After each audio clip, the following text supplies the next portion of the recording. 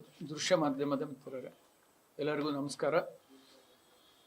ಈ ದಿನ ವಿಶ್ವ ಪರಿಸರ ದಿನ, ಹಾಗಾಗಿ ಎಲ್ಲರಿಗೂ ಪರಿಸರ ದಿನಾಚರಣೆಯ ಶುಭಾಶಯಗಳನ್ನು ಕೊಡ್ತಾ ಇದ್ದೇನೆ.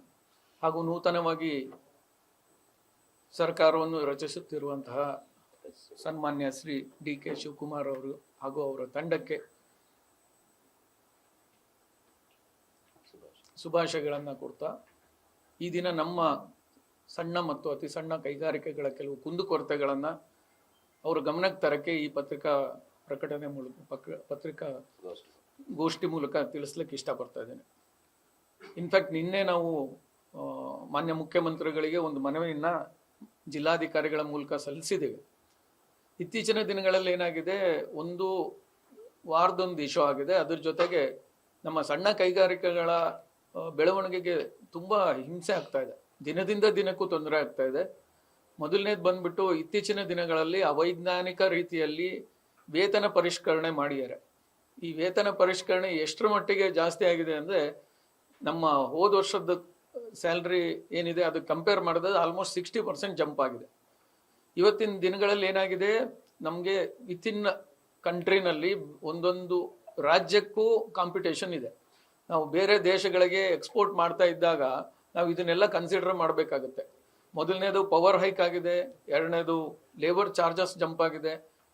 ಅದಲ್ಲದೆ ಈ ಒಂದು ವಾರ್ ಆದಾಗಿಂದ petroleum related product, especially Shivamogga ಹೆಸರುವಾಸಿಗೆ ಇರೋದು ಫೌಂಡ್ರಿ ಸೆಕ್ಟರ್ಗೆ. ಫೌಂಡ್ರಿಗಳಲ್ಲಿ ನಾವು ಹೆಚ್ಚಿನ ಪಕ್ಷದಲ್ಲಿ ನಾವು ಅಡಸಿವ್ಸ್ಗಳನ್ನು ಯೂಸ್ ಮಾಡ್ತಾ ಇದ್ದೀವಿ, ಕೋಟಿಂಗ್ ಮೆಟೀರಿಯಲ್ಗಳನ್ನು ಯೂಸ್ ಮಾಡ್ತಾ ಇದ್ದೀವಿ, ಸ್ಲೀವ್ಸ್ಗಳನ್ನೆಲ್ಲ ಯೂಸ್ ಮಾಡ್ತಾ ಇದ್ದೀವಿ. ಅವಷ್ಟು ಪ್ರಾಡಕ್ಟ್ಗಳು directly or indirectly petroleum product ಅನ್ನ ಡಿಪೆಂಡ್ ಆಗಿದೆ. ಈ ಡಿಪೆಂಡೆನ್ಸಿಯಿಂದ ಏನಾಗಿದೆ, ಆಲ್ಮೋಸ್ಟ್ 20 to 30% ನಮ್ಮ ಪ್ರಾಡಕ್ಟ್ನ ಪ್ರೈಸ್ ಹೈಕ್ ಆಗಿದೆ. ಮೊನ್ನೆ ನನ್ನ ಒಬ್ಬ ಕಸ್ಟಮರು, ಹೊಸ ಕಸ್ಟಮರ್ ಜೊತೆ ಡಿಸ್ಕಷನ್ ಮಾಡಬೇಕಾದಾಗ ನಮಗೆ ಬಂದಿರುವಂತಹ ಮಾಹಿತಿ ಪ್ರಕಾರ ಪಕ್ಕದ ಮಹಾರಾಷ್ಟ್ರಕ್ಕೂ ನಮ್ಮ ಜಿಲ್ಲೆಗೂ ನಮ್ಮ ರಾಜ್ಯಕ್ಕೂ ಹೆಚ್ಚು ಕಡಿಮೆ 20% ಇವಾಗಲೇ ರೇಟ್ ಡಿಫರೆನ್ಸ್ ಇದೆ. ಅವ್ರು ನಮ್ಗಿಂತ 20% ಕಡಿಮೆ ರೇಟ್ನಲ್ಲಿ ನಮ್ಮ ಫೌಂಡ್ರಿ ಉತ್ಪನ್ನಗಳನ್ನು ಮಾರಾಟ ಮಾಡ್ತಿದ್ದಾರೆ. ಈಗ ಇದೊಂದು ಏನು ಲೇಬರ್ ಹೈಕ್ ಒಂದು ಏನಾದ್ರು ಬಂದ್ಬಿಟ್ರೆ ನಮ್ದು 30 to 40% ಜಂಪ್ ಆಗುತ್ತೆ. ಅವಾಗ ನಾವು ಗ್ಲೋಬಲ್ ಕಾಂಪಿಟೇಷನ್ ಮಾಡೋಕ್ಕಾಗಲ್ಲ, ವಿತಿನ್ ಇಂಡಿಯಾದಲ್ಲೂ ನಾವು ಮಾರ್ಕೆಟನ್ನು ಸದೃಢಗೊಳಿಸೋಕ್ಕಾಗ್ತಾ ಇಲ್ಲ. ಈ ಒಂದು ದೃಷ್ಟಿನಲ್ಲಿ ಯೋಚನೆ ಮಾಡಿದಾಗ ಸರ್ಕಾರ ಇದ್ರ ಬಗ್ಗೆ ಸ್ವಲ್ಪ ಹೆಚ್ಚಿನ ಗಮನ ವಹಿಸಿ, ಈ ಹಿಂದೆ last time D K. Shivakumar deputy chief minister ಇದ್ದಾಗ ಶಿವಮೊಗ್ಗಕ್ಕೆ ಬಂದಾಗ ಒಂದು 15 ನಿಮಿಷ ಅವ್ರದ್ದು ಸಮಯ ತಗೊಂಡು ಅವ್ರಿಗೆ ಇದ್ರ ಬಗ್ಗೆ ಎಕ್ಸ್ಪ್ಲೈನ್ ಮಾಡಿದೀವಿ. ಅದಾದ್ರೂ ಇತ್ತೀಚಿನ ದಿನಗಳಲ್ಲಿ ಕೋರ್ಟ್ ಆರ್ಡರ್ ಬಂದ್ಬಿಟ್ಟಿದೆ, ನಮ್ಮ ಗಮನಕ್ಕೆ ಬರ್ದೆ. ಅಂದ್ರೆ ಇದೇನಾಗತ್ತೆ, ಯಾವುದೇ ಆಗ್ಲಿ ಕೋರ್ಟಲ್ಲಿ ಒಂದು ಆರ್ಡರ್ ಆಗ್ಬೇಕು ಅಂದ್ರೆ ಎರಡೂ ಕಡೆಯಿಂದನೂ ಅಹವಾಲುಗಳನ್ನ ಸ್ವೀಕರಿಸ್ಬೇಕು.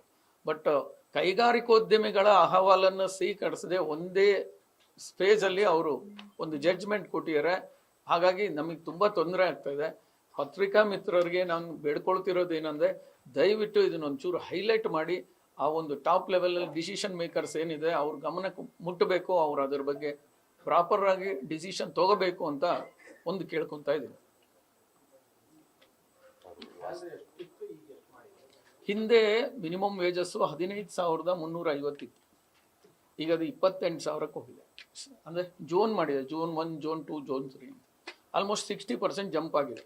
ಆದರೆ ಅದಕ್ಕೆ ಕೆಲವೊಂದು ಅದಕ್ಕೆ ರಿಲೇಟೆಡ್ ಆಗಿ ESI, PF, ಅಡಿಷನಲ್ ಅಲೋಯನ್ಸಸ್ ಎಲ್ಲ ಸೇರಿದಾಗ ಅದು 71% ಜಂಪ್ ಆಗ್ತಾ ಇದೆ. ಈಗ ನಾವು 71% ನಮಗೆ ಸಿಕ್ಕರೆ ನಾವು ಗ್ಯಾರಂಟಿ ಕೊಡ್ತೀವಿ, ಕೊಡಲ್ಲ ಅಂತ ನಾವು ಹೇಳೋದಿಲ್ಲ. ಅದೇ ಈ ಗ್ಲೋಬಲ್ ಕಾಂಪಿಟೇಷನ್ ಹೇಗಿದೆ ಅಂದರೆ, ನಾವು ಒಂದು ಯಾವುದೋ ಒಂದು ಪ್ರಾಡಕ್ಟನ್ನ per kg ನಾವೊಂದು ಕರ್ನಾಟಕದಲ್ಲಿ 110 ರೂಪಾಯಿಗೆ ಸೇಲ್ ಮಾಡ್ತಾ ಇದ್ದೆ, ಸೇಮ್ ಐಟಮು ನಿಮಗೆ ಮಹಾರಾಷ್ಟ್ರದಲ್ಲಿ ಕೊಲ್ಲಾಪುರ ಆ ಬೆಲ್ಟಲ್ಲೆಲ್ಲ 85 ರೂಪೀಸಿಗೆ ಕೊಡ್ತಾ ಇದ್ದಾರೆ. ರೀಸನ್ ಏನು ಅಂದರೆ, ನಮ್ಮ ಶಿವಮೊಗ್ಗ ಪ್ರಾಡಕ್ಟು ಕ್ವಾಲಿಟಿ ವೈಸ್ ತುಂಬ ಸ್ಟ್ರಾಂಗ್ ಇದೆ. ಗ್ಲೋಬಲಿ ನಿಮಗೆ ಇವತ್ತಿಗೂ ಮರ್ಸಿಡಿಸು, BMW, ಆಡಿ ಇಂಥ ಒಂದು ದೊಡ್ಡ ದೊಡ್ಡ ಉತ್ಕೃಷ್ಟವಾದಂಥ ಕಂಪ್ನಿಗಳಿಗೆ, ಟೊಯೋಟಾ, ನಮ್ಮ ಇಂಡಿಯಾದಲ್ಲಿರುವಂಥ ಟೊಯೋಟಾ, ಅಶೋಕ್ ಲೈಲ್ಯಾಂಡ್, ಮಹೇಂದ್ರಕ್ಕೆಲ್ಲ ಮೇಜರ್ ಕ್ವಾಲಿಟಿ ಪ್ರಾಡಕ್ಟ್ ಹೋಗ್ತಾ ಇರೋದೇ ಶಿವಮೊಗ್ಗದಿಂದ. ನಮ್ಮದು ಕ್ವಾಲಿಟಿ ಚೆನ್ನಾಗಿದೆ, ಡೆಲಿವರಿ ಚೆನ್ನಾಗಿದೆ, ಅದು ಕಾಸ್ಟಲ್ಲಿ ನಾವು ಫೇಲ್ಯೂರ್ ಆಗ್ತಾ ಇದೀವಿ. ಕಾಸ್ಟಲ್ಲಿ ಫೇಲ್ಯೂರ್ ಆಗೋದಕ್ಕೆ ಮೂಲ ಕಾರಣಗಳೇನಂದರೆ ಇಲ್ಲಿರುವಂಥ ಕೆಲವೊಂದು ವ್ಯವಸ್ಥೆಗಳು. ಸಿಂಗಲ್ ವಿಂಡೋ ಕ್ಲಿಯರೆನ್ಸ್ ಇವತ್ತಿನ ತನಕ ಆಗಲಿಲ್ಲ.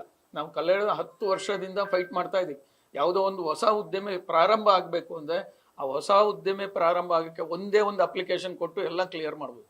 ನಾನು ಇನ್ಫ್ಯಾಕ್ಟ್ 2012 ನಾನು ಚೈನಾದಲ್ಲಿ ಕಂಟಿನ್ಯೂಸ್ ಒಂದು 10 ಇಯರ್ಸ್ ಚೈನಾ ವಿಸಿಟ್ ಮಾಡ್ತಾ ಇದ್ದೆ. ಚೈನಾ ದೇಶದಲ್ಲಿ ಇವತ್ತಿಗೂ ಹಂಗೆ ಇದೆ, ಇನ್ಫ್ರಾಸ್ಟ್ರಕ್ಚರ್ ಸಮೇತ ಗೌರ್ಮೆಂಟೇ ಸೆಟ್ ಮಾಡಿಕೊಡುತ್ತೆ. ನಮಗಿಲ್ಲಿ ಯಾವುದೋ ಒಂದು KIDB ಲ್ಯಾಂಡ್ ತಗೋಬೇಕಂದ್ರೆ ಅವ್ನ ಲ್ಯಾಂಡ್ ಅಲಾಟ್ಮೆಂಟ್ಗೆ ಹೆಚ್ಚು ಕಡಿಮೆ 4-5 ತಿಂಗಳು ಒದ್ದಾಡಬೇಕು. ಆಮೇಲೆ ಆ 4-5 ತಿಂಗಳಾದ್ಮೇಲೆ ಅವ್ನು ಲ್ಯಾಂಡ್ ತಗೊಂಡಾದ್ಮೇಲೆ ಬಿಲ್ಡಿಂಗ್ ಕಟ್ಟಕ್ಕೆ ಪರ್ಮಿಷನ್ ತಗೋಬೇಕು, ಜೊತೆಗೆ GST registration, ESI, PF, labour licence, ಒಂದೊಂದೇ ಒಟ್ಟು 27 ವಿವಿಧ ಸರ್ಕಾರಿ ಸಂಸ್ಥೆಗಳಿಂದ ಒಂದು ಸಂಸ್ಥೆ ಹುಟ್ಟಾಕಕ್ಕೆ ಅನುಮತಿ ಪಡಿಬೇಕಾಗುತ್ತೆ. ಆ 27 ಸಂಸ್ಥೆಗಳಿಗೂ ಅವನು ಅವನು ಒಂದು ಕಂಪ್ನಿ ಪ್ರಾರಂಭ ಮಾಡೋ ಅಷ್ಟೊತ್ತಿಗೆ 2 ವರ್ಷ ಆಗಿರುತ್ತೆ. ಅಷ್ಟೊತ್ತಿಗೆ ಅವನ ಹತ್ರ ದುಡ್ಡು ಕಳೆದೋಗಿರುತ್ತೆ, ಜೊತೆಗೆ ಅವನಲ್ಲಿರುವಂಥ ಇಂಟ್ರೆಸ್ಟು ಕಡಿಮೆ ಆಗಿರುತ್ತೆ. ಹಾಗಾಗಿ ಕರ್ನಾಟಕದಲ್ಲಿ ಉದ್ಯಮಿಗಳು ಯಾರು ಹೊಸದಾಗಿ ಪ್ರಾರಂಭ ಮಾಡೋಕ್ಕೆ ತುಂಬ ಹಿಂದೇಟಾಗ್ತಾ ಇದ್ದಾರೆ.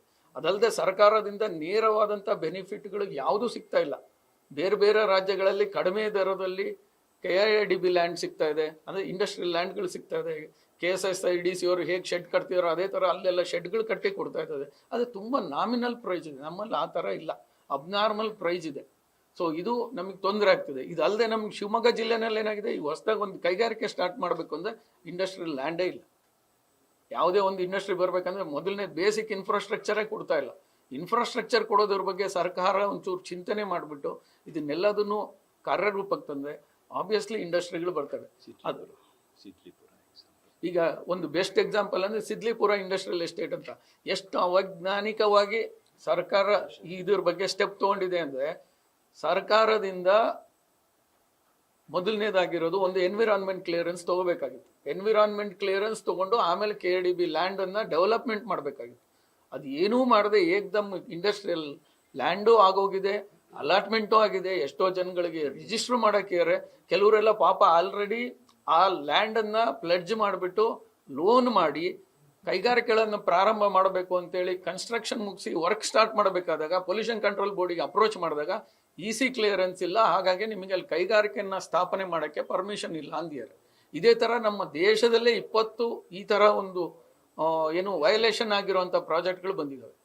ಈ ಸರ್ಕಾರನೇ ಈ ಥರ ಎಡವಿದ್ರೆ ಆರ್ಡಿನರಿ ಮನುಷ್ಯರ ಪರಿಸ್ಥಿತಿ ಏನು? ಎಷ್ಟೋ ಜನಗಳು ಇವತ್ತು ಬ್ಯಾಂಕ್ ಲೋನ್ ಕಟ್ಟಕ್ಕಾಗ್ತಿಲ್ಲ, ಸಫರ್ ಪಡ್ತಾ ಇದ್ದಾರೆ. ಸೊ ಹಾಗಾಗಿ ಇವೆಲ್ಲದನ್ನು ದಯವಿಟ್ಟು ತಾವುಗಳು ಹೈಲೈಟ್ ಮಾಡಿ ಸರ್ಕಾರಕ್ಕೆ ಇದು ಮುಟ್ಟೋ ರೀತಿಯಲ್ಲಿ ನಿಮ್ಮ ಪತ್ರಿಕೆಗಳ ಮೂಲಕ ತಿಳಿಸ್ಬೇಕು ಅಂತ ನಾನು ಕೇಳ್ಕೊತೀನಿ.